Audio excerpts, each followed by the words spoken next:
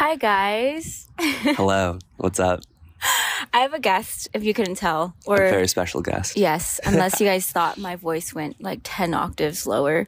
Today, I have Jeff on the episode, and we're going to be talking about passion projects and staying creative outside of work, if that's like what you're into, and how do you stay consistent with all of that.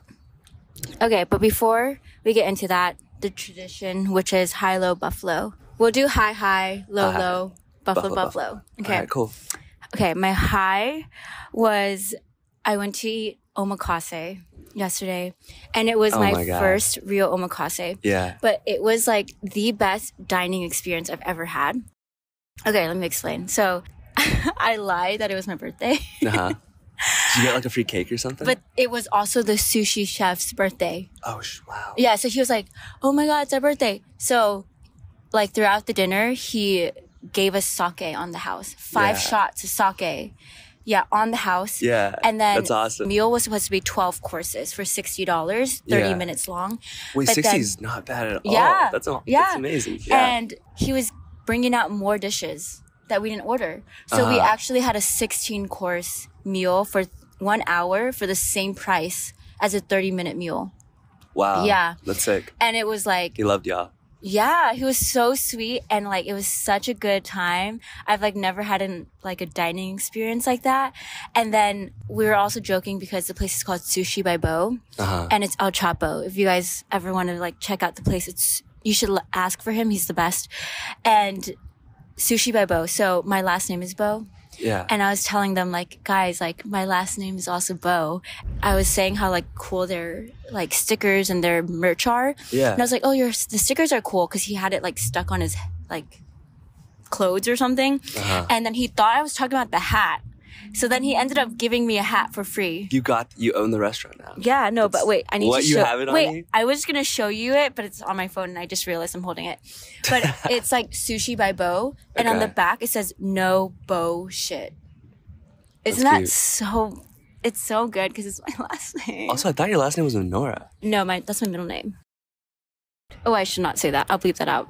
Because I forget. I seriously don't... Like, that happens all the time where, like, I'll say stuff in my videos and I'll be like, shit, like someone's going to stalk me because I just accidentally said our address or the street or something like that. Like someone will piece it together enough. Yeah. And there's like this one dude, side story. There's this one dude that comments, hopefully he doesn't listen to this podcast. He comments on every single one of my videos, but it's like, he's not listens to this podcast. He's a fan. I'm nervous that like he'll be the one that pieces it together. Show up at your door one day. Yeah, because I'm like, why is he like? He's more consistent than my friends are.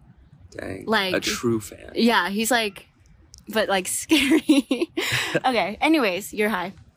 My high. Yeah. I think I'm gonna do all my answers in the context of the past day because I feel like you can feel many emotions within one day. Oh, you had high, low, and a buffalo in one day. I think so. Yeah. Whoa. Okay. I feel like every day. Go. Okay. Yesterday my high was that I went to go shoot a wedding. Yeah. And it was the first wedding I had shot for a while. And it was my second time as a first photographer, meaning I was leading the media team. And it was kind of nerve-wracking.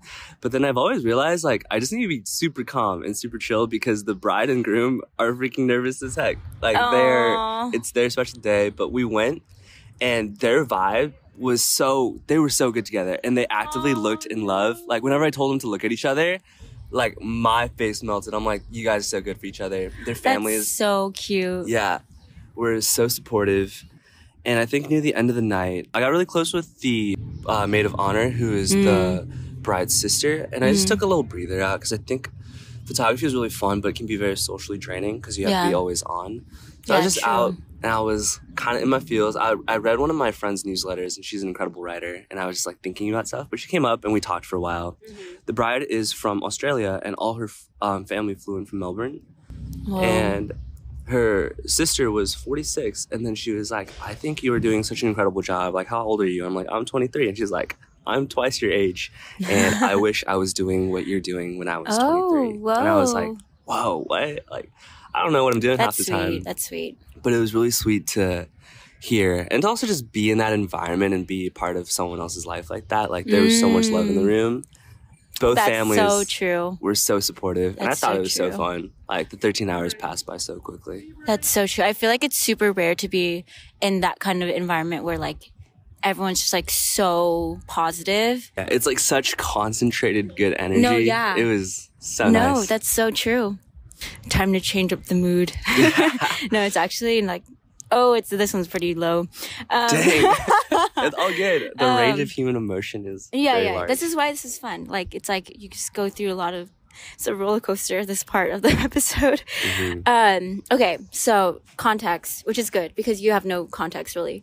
Yes. So I have to explain it to you and the audience. At work, we have this program. In order to get promoted, you have to hit a certain amount of hours of what they call like promotion work. So it's basically like, when you submit your timesheet every week for how many hours you worked? Okay. So hours is a little bit different because you don't just submit the timesheet for like all the hours work. You also submit it for the amount of hours that are promotional. Yeah, okay. This will make sense in a second, but it only counts as promotional if you do valuable work for the client and the client is willing to pay for that hour. So if they don't agree that you're doing like valuable work and they don't want to pay for you, then you don't get promotion hours. Does that make sense? Kind of? Yeah. Okay, because if it doesn't make sense to you, no one else is understanding this. And the max is 1,200. You know how people are supposed to get promoted once like a year, I think? Is that what it is? Like once every 2 years? I think that's like an average promotion, right? like once a Yeah. year, 1.5 years. Yeah, but if you don't hit those hours, you could be not promoted for like 3 years, 4 years. That's a little bit annoying. But anyways, the client that I'm on, they told me that they would pay for my hours.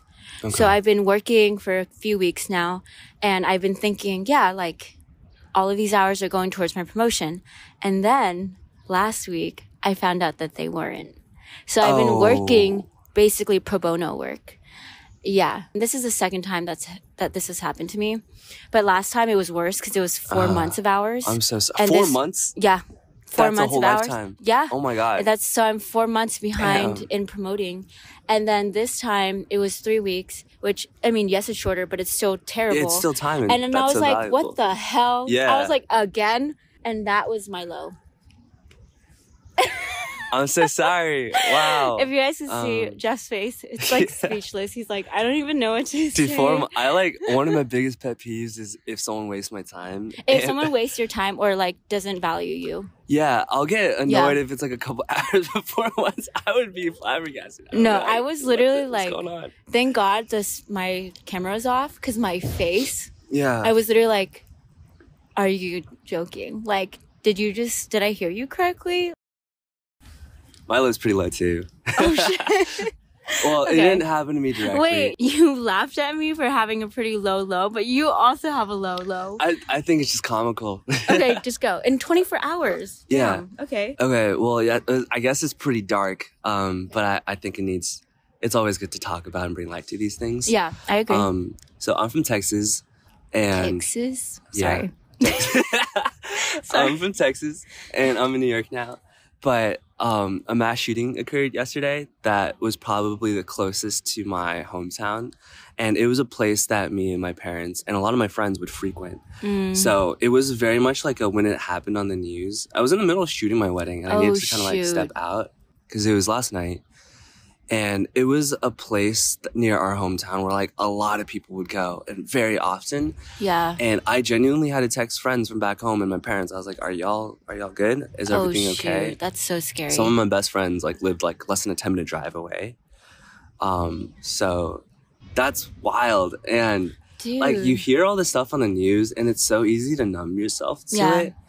And I think there are some times when like through the bustle of life, like some things will kind of strike through and you'll actually feel it. But so many times, like you hear about like a war here or a tragedy here, or a shooting there. And it's like I don't know, you may feel it for a little bit. You may not even feel it, or you just like brush it to the side. Yeah. But when it's like close to home, it's like, holy fuck, like this sucks. Yeah. And that was really disheartening to hear. There were a lot of victims and some of them were kids, which sucks. That's crazy.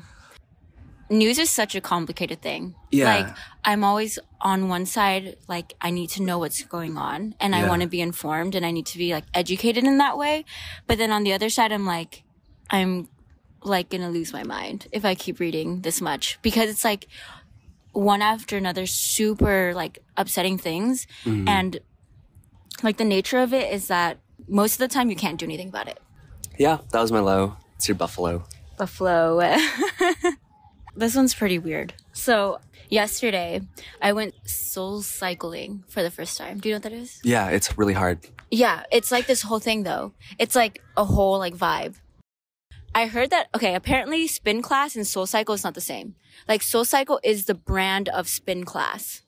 Oh, Yeah, so spin yeah. is just like I using didn't the know tool. that. Okay. Of like being stationary on a bike. But then the brand is Soul Cycle. So it's like this very like bougie, like trendy, like experience. And so I went with my friend because she soul cycles. And it was the most interesting thing. It was Taylor Swift theme. And like the music was so loud, like even louder than a concert. And they give you earplugs because of how loud it is. And it's in this like really dark lit room. It was so intense. And then they would make you like head, what do you call it? Headbang. Like during the song. Sounds oddly spiritual. While you like bike. So you're like standing up and cycling so fast and then you're like headbanging. And I was like, you know what? Like it's a vibe. Like I'll just go with it. And then it just like, this is the part where it got really weird. So there was, okay, basically let me just like paint the picture. There's like bikes surrounding in like kind of a U shape. And then there's a podium and there's a stage for the instructor and she's like leveled up. Yeah. And she's like higher than everyone else, but she's biking also. Yeah. So, and then all the lights like kind of face towards her. So it looks very culty. Yeah. But then here's the best part. There's candles around her podium. And just imagine this whole scene, right? And then like towards the end of the class, she like picks up the candles and goes to each person, makes them blow out the candles. So like people are like biking and then they're like blowing out each candle and it's going out one by one. And I was like, what the hell? What the hell is this? And I just felt so like not gonna be judgmental, but it was just like a really interesting experience. Yeah. That was my buffalo. I feel like you really gotta like buy into those like, things. I have to really just like let it go and be very open to it. But it was just like very unexpected. Okay. Anyways, your buffalo. My buffalo. So yesterday was the graduation ceremony day for UT 23. Oh yeah, I saw that you were doing shoots recently. Yeah, I went back to Austin and I shot for 36 people in 9 days. It was very busy, but it was really fun. How do you? Wait, no. Let's not get into that because that's like part of the topic. Yeah, basically, well, I graduated early. I finished December 21, but I feel like I really graduated when my class did because that's everyone you kind of go into college with. Okay. So in my head, I'm like, okay, it's been like a year since I finished college. I'm like, holy, it's been a year? Yeah. And it's weird because day to day, I feel very much in my body the same, but I'm like, wow, so much has changed in just a year. Yeah. And so much is going to continue changing every year. All of my life, I've just identified as being a student, and that identity has been shattered. And the past year has been kind of building up an identity for myself and what I want to do, what I tell people I am, or how I view myself. True. And a lot of that is like starting off a blank sheet now. Yeah. It's also like kind of up to you, which is cool that you have the freedom, but also scary that you do. Yeah. Yeah, that's my buffalo. No, I agree. But the whole thing about the identity and how you introduce yourself is so interesting because the other day I was talking to some people and I was meeting them for the first time. And the way I introduced myself, because it was work related, like we're in a work setting, I introduced myself with my college. And when how I graduated college, and I was like, that was like a while back and I can't believe I still use that as the first thing. Like when they're like, oh, tell me a little bit about yourself. And I go, oh yeah, I graduated from UCLA in 2022 and I studied this. I don't know. Okay. End of segment 1. That's a wrap. Moving on to the actual topic of the episode.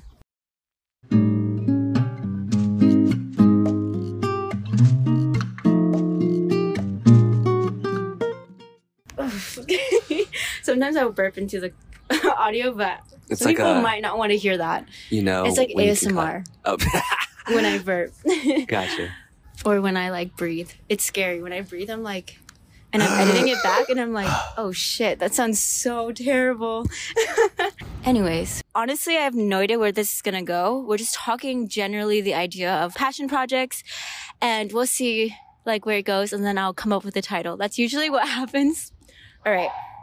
I wanted to ask you, because you just said that you did 1 million shoots for not only graduation, but the wedding. Yeah. How did you have time for that? Like, you still have a full-time job. I do have a full-time job. Okay. More context. Like, Jeff does like 1 million things. So he does like photography and videography and dance. And what else do you do? I don't know. I just finished my half marathon, so I was He running did for a half while. marathon. Okay. So how do you have time for that? Let me think. I feel like so much of my life is structured outside of work. Most times it feels like life starts for me after work ends. And if I don't do anything after work ends, then I wouldn't have considered that like a day fulfilled or done. And I think I'm someone who is very motivated by my personal goals and things I want to accomplish. Yeah. And there's so many things I want to do in this lifetime, but I also recognize I have the luxury of being young. And I think I just have to prioritize, but I guess it's less prioritized when like the thing you want to do is one of your top priorities. I've been viewing my life in like chunks of like, hey, I need to actually focus because kind of like another topic we were thinking about talking about was doing everything. And I recognized you can't do everything. Oh, like I heard this thing, I was like, you can do anything, but you can't do everything. Yeah. So I've just been like, hey, for these periods of my life, I'm just going to dedicate towards one craft or one thing. So for a while, I was running a half marathon with a couple of my friends, and I honestly was terrible at running. I used to think I had asthma because like my first time running, I ran like 5 minutes and then I threw up and I was like, I have asthma. It's got to be like a medical thing because it's definitely not me. And then like I ended up doing a half marathon, and I think that built so much confidence for myself. Like, yo, I could do anything. Wow. I don't know. I think I've been hanging out less since coming to New York. I think also because my best friends are not in New York City. They're kind of spread around everywhere. So maybe it's a good thing that they're like not here to entice me to just like have a good time all the time. But yeah, so many of my nights after working are just a workout or a run or going to like a physical type of class like yoga or dance. Yeah. Or anything like that. And then I love to just edit and watch videos. Recently I did a journaling practice of like, what are the ideas I consume like naturally and how can I curate a life where my natural interests and instincts of things I'm attracted to can just be utilized? Because then I feel like life will be more frictionless. Yeah. That doesn't really answer your question of how I do all this stuff. It did. Okay. Because you're like saying you don't need to spend all the time with your friends because your core group of friends isn't here. Right? Yeah. And then also you just like make time for it after work. But then you also like box out parts of your life to focus on one thing. And that's how you stay consistent. Wow. That's a great summary. Yeah. No, but so many things I want to say because you said so much, but okay, what do I even get started? Also, I'm going to start with the running thing because I am not a runner too. So like, it's really impressive to me when people can run at least a mile. Like I'm like, a mile? That's crazy. A mile's and a I lot. almost like wish I had asthma so I can blame it on that and be like, I can't run because I have asthma. But like, I have no reason to not be able to run. Like, do you ever feel afraid that like, because you're so spread out, you get further a little bit for everything, but you never really get somewhere? Something that I feel a lot of the time is like I'm consistently doing things, but I'm also like, where is this going? I'll answer this with the book I've been reading, which I really love, and I would highly recommend you and anyone who makes anything to read. It's called The Creative Act by Rick Rubin, and he's a legendary music producer, one of the people that really got hip-hop into the mainstream. He was making hip-hop music before it had a name, and his whole thing is just like, people pay me to express my opinions, and he's really good at that. But in the book, he was like, nothing you do is a waste of time, especially if you are a creative or an artist, because everything feeds into inspiration. And I had a conversation with another friend about intellect recently, like what makes someone intelligent? Yeah. And he was like, intelligence can be based off of two things, of like, one, how much you know, and two, how many connections can you make between those things. And if you're not as good at making multiple connections between things, or like you're not as quick-witted to make those things, build more nodes, know more things, be involved in different aspects of the human experience, whether it be in different arts or practices or sports or like philosophy, books, etc. Like consume those things and enjoy them. Like truly do things that you enjoy, even if it isn't just one focus. I think if you do multiple things, eventually they will tie together, because I feel like some of the most creative and best people out there are not just doing one thing either. That creativity is like a natural state for them, and it spreads out through different methods and tools like songwriting, fashion, writing, singing, etc. Yeah. And I would hope to encourage that like anything you do, whether just lazing around like, hey, I just want to watch a show today. Maybe something in that show inspires you, or how they film it, or how they speak, or like a character.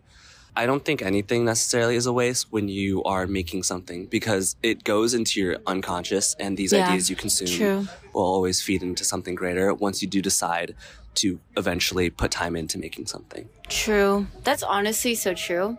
And that is like a nice way of putting like feeling lost when you're doing a million things. Because like sometimes I'm just like, am I just doing this to do this, to fill up time? And I'm like, where is this going? Right. It's easy to feel so discouraged though, because I always say, even though I said all that, like I feel discouraged. No, yeah. It's so interesting because like I'll like talk all this crap on my podcast, and like I'll consume a lot of like one of my guilty pleasures is like watching like TED videos, or like TED Talks. I love TED Talks. Or like YouTubers who do a lot of like self-help, creativity, like advice videos. I love that stuff too. Yeah, so I love watching that kind of thing. And like, where was I trying to go with this? Oh, okay. Yeah, like I feel like I consume a lot and I preach a lot on my podcast and like all these like ideas, but when it comes to like actually executing them in my life, it's like a whole different story. Oh, it's so hard. Like, yeah. Like I know what I'm supposed to do. Like, this is the right way to like approach it. This is the mindset I should have. Like I should be more gentle with myself, XYZ. And then when it comes to it, I'm like a mess. Yeah. One thing that frustrates me so much is that I had this realization recently that I was like, I know every step I need to take to become successful. Yes. Like it's not like I don't know the steps. I've consumed so much media from so many people I look up to, read so many books, etc. Like, these are the things I need to do. And if I just like spend a day like listening to them a lot, I would have an action plan. But sometimes my energy isn't there, my motivation isn't there, I'm feeling out of it, there are conflicts with my schedule, etc. Yeah. But I don't know if those are excuses, and because like if that is a priority for me, like why shouldn't I?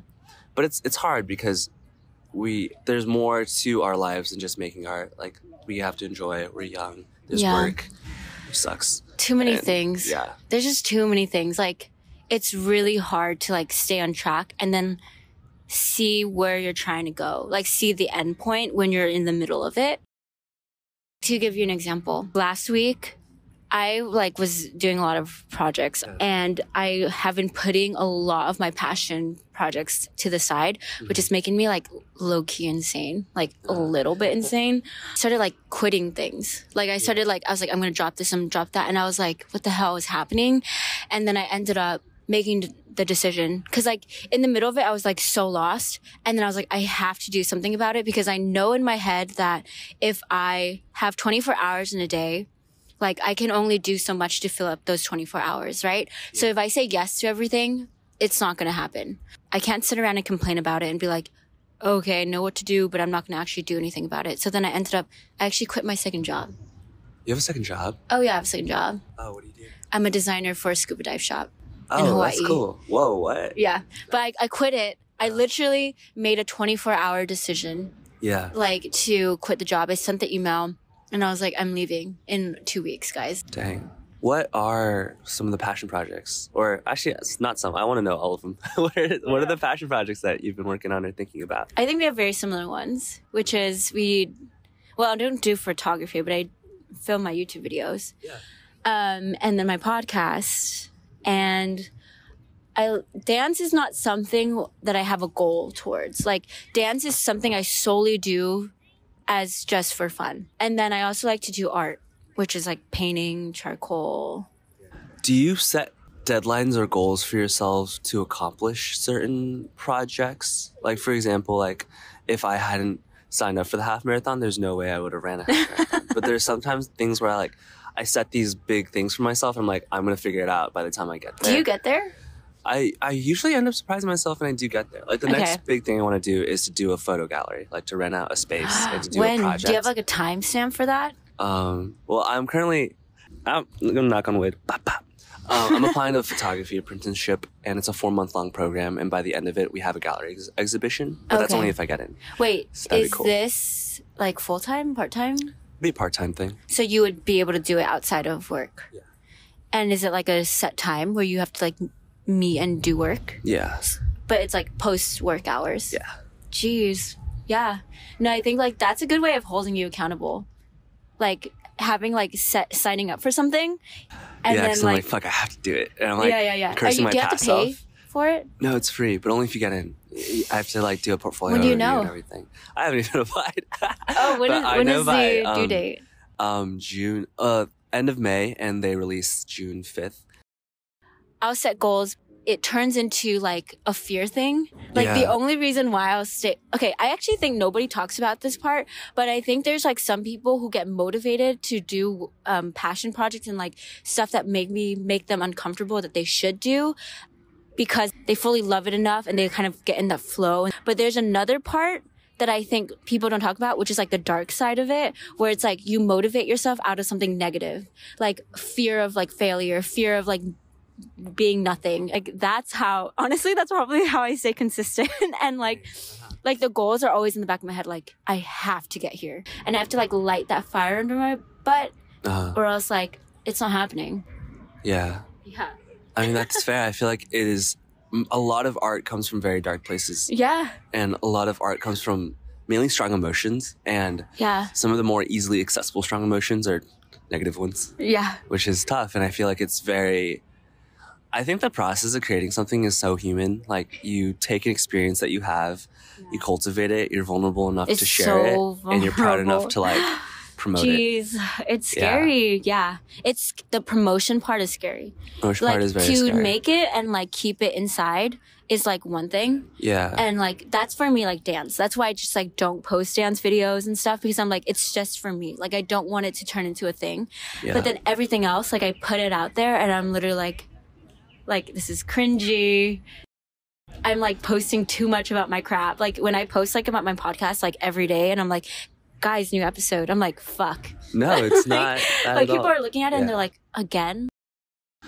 I recently retired my photography account, RIP Sun and Lens. You did? Yeah. ¿Por qué? I'm going to post everything on my main now. Oh, okay. Yeah. So it's not like you're stopping. Yeah. So I'm not stopping. I'm actually going to like pick it up you're even more. You're making it your brand. It's like your personal brand now. Yeah. It's just going to be me. I realized like I was not posting on my photography account and I hated keeping up with 2 accounts. Same.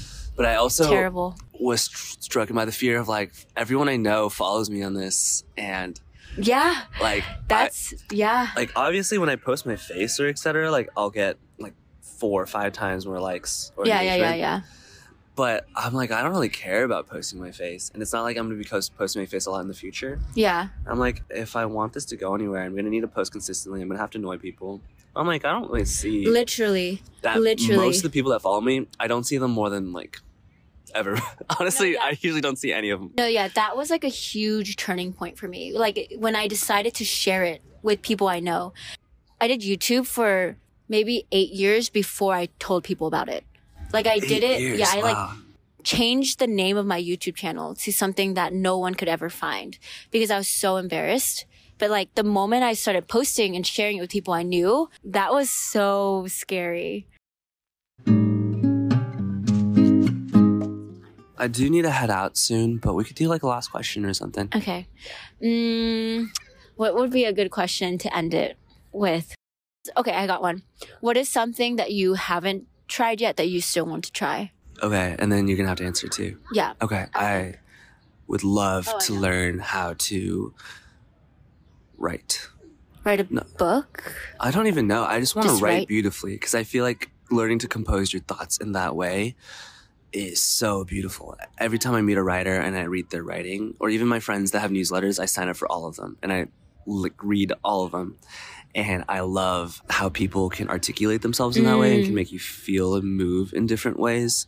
I think more specifically, I think I would love to learn how to write poetry, but I feel like that would be so freaking scary because I feel like writing a bad poem just feels like the cringiest thing ever. But obviously, you're going to have to write a lot of bad poems to make some good poems. Yeah. But I recently met a poet friend, and she's incredible, and she does poetry readings all the time. Whoa. She invites all her friends out, and she's so proud of her work, and that is very inspiring. Yeah. I don't know, Molly, if you're watching this, but shout out to you. You're You awesome. can send it to her and be like, I shouted you out. Yeah. No, that's super cool. All right, you. I actually have this as a goal. I just haven't gotten to it yet. I'm waiting a few years to do this because I have to move back home in order to do this. Okay. I'm going to get my pilot's license. For Ooh. sure. Like, I really want to fly a plane. Yeah. So bad. There's something, like, I'm really bad at water, which is ironic because I worked for a scuba diving company. Yeah. I prefer, like, air. I'd rather jump out of a plane 1,000 times than to scuba dive once. But not right now because it's expensive to do it in New York. It is very expensive. All right. Okay. Anyways, thanks for listening, guys. Have a good rest of your week and bye. Goodbye.